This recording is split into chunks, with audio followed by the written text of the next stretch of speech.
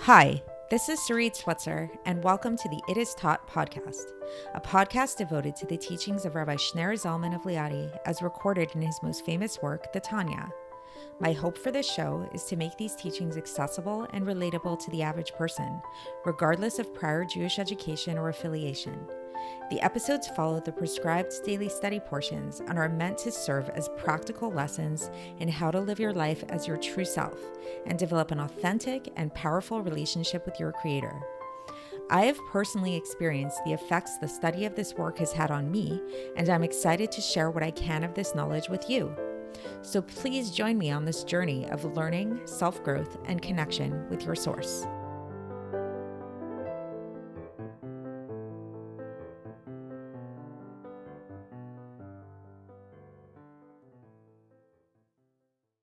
Hi, and welcome to the It Is Taught podcast. This is episode 403 for the 6th of Teves in a regular year.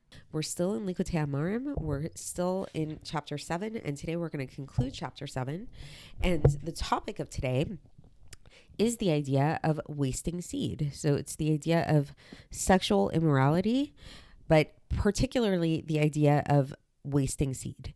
So this is something you may or may not be familiar with, but it's in Judaism, it's not something that's encouraged.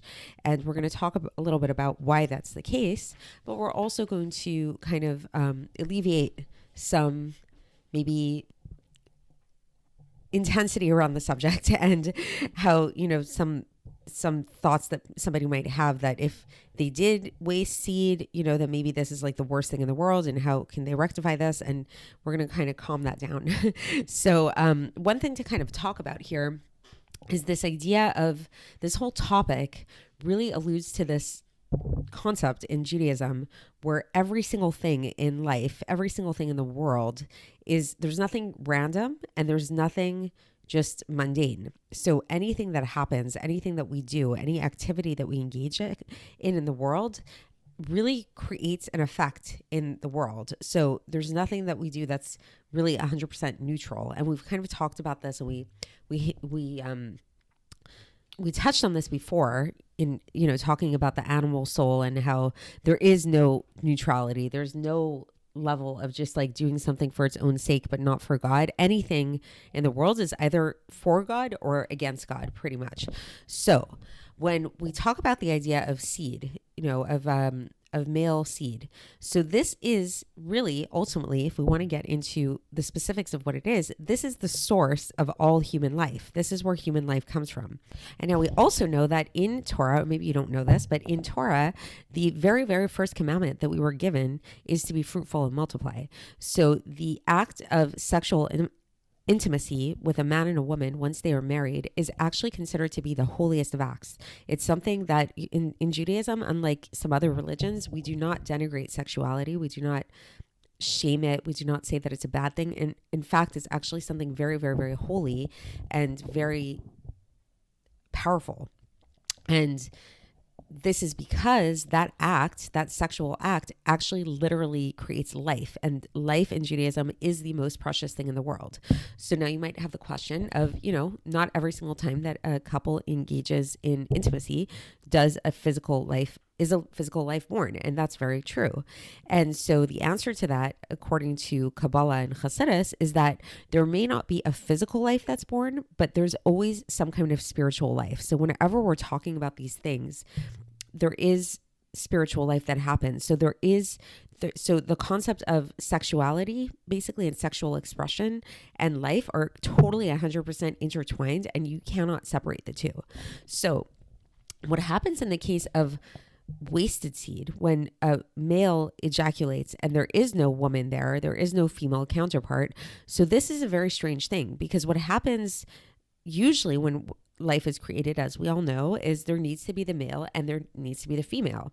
So what if there is no female? So what happens in that case is there is a sort of life that is created, but it doesn't have anywhere to go. So it's kind of like these life forces that are being created, and they're just kind of like they're not sustainable. So this is both a good and a bad thing that we'll learn according to today's Tanya. So the bad part about it is that when a person wastes seed, this does, like we've been mentioning, it brings this the seed down into the 3 impure klipos, because this is something that's not.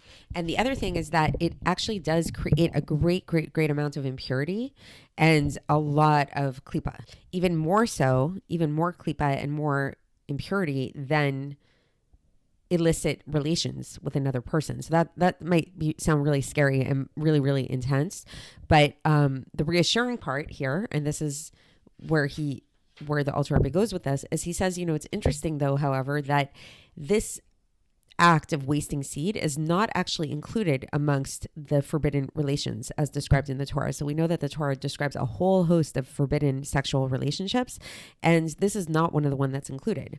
And we also know that according to the Arizal, then the way that a person can actually rectify this activity is of the wasted seed is they can just do tshuva. They can just do proper returning to God with a great amount of intention, specifically while they're reading the Kriyat Shema, like it's the blessings, the reading of the Shema, the nighttime prayer before going to sleep. If a person has a very strong intention with this, so the Gemara in Brachos 5a says that this is as if he is holding on to a double-edged sword. And what this double-edged sword does is it actually slays these klipos, both the body of the klipos that the person created through the wasted seed and the vitality that comes from these klipos. So, so that's pretty powerful. And this is what can happen. And the Alter Rebbe contrasts this with forbidden relationships. And he explains that this is because, and he gives this in a little side note, he explains how this works, is because in the case of forbidden relationships, there's a woman there. So there's a female element that is in everything has a spiritual counterpart to it. So we call it Yesod de Nukva. So this is the foundation, it's the actual, the sexual element of the femininity of the klipa that receives the male in that way. And so thus it gives it sort of like a foundation, like a home, to have something to be in it. Versus when we're just talking about wasted seed, since there is no feminine element within it, then it isn't able to be sustained in the same manner, which is why it's kind of easier to, slay these little life forces that get created from it. So in the case, so basically the point that Alter Rebbe is bringing out here is in the case of forbidden relationships, this is going to be a lot harder to elevate. And regular tshuva is not going to do it. So if somebody engages in an illicit relationship, God forbid, doing regular tshuva is not going to be able to redeem this. The only type of tshuva that could help is this great tshuva that comes from a great love that we were talking about in yesterday's podcast.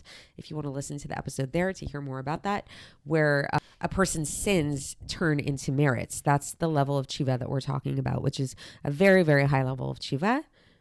And the Alter Rebbe says that he references this verse in Ecclesiastes in Kohelet in chapter 1 verse 15, which says me'uvat lo yuchal litkon, which literally means a fault that cannot be rectified. And he says that this is referencing the idea of a mamzer, which loosely translated as a bastard, but it doesn't really have the same translation in Torah, but basically a mamzer is somebody who's born of an illicit relationship. And he says that, even if a person does really great tshuva, let's say after having an illicit relationship, if they gave birth already to this mamzer, the mamzer is alive, and no amount that mamzer has already come down into a physical world. So we were talking about with wasted semen, that it's just out there. It's not even in any kind of spiritual body, even. So in the case of a mamzer, not only has it been in a spiritual body, it's actually here in this physical world in an actual body of flesh and blood. So it's like game over, it's like basically there is no way to fully rectify that level of relationship, that happens even with a really great tshuva. So that's today's Tanya. It's a little bit of an intense one, but that's the end of chapter 7, and we will continue tomorrow, and we're going to move on to chapter 8, and I'll speak with you then. Thanks for listening to the It Is Taught podcast, hosted by Sarit Switzer. This podcast is dedicated in loving memory of my maternal grandfather, Avraham Yitzchak ben Binyamin HaKohen of blessed memory. Music by Shoshana.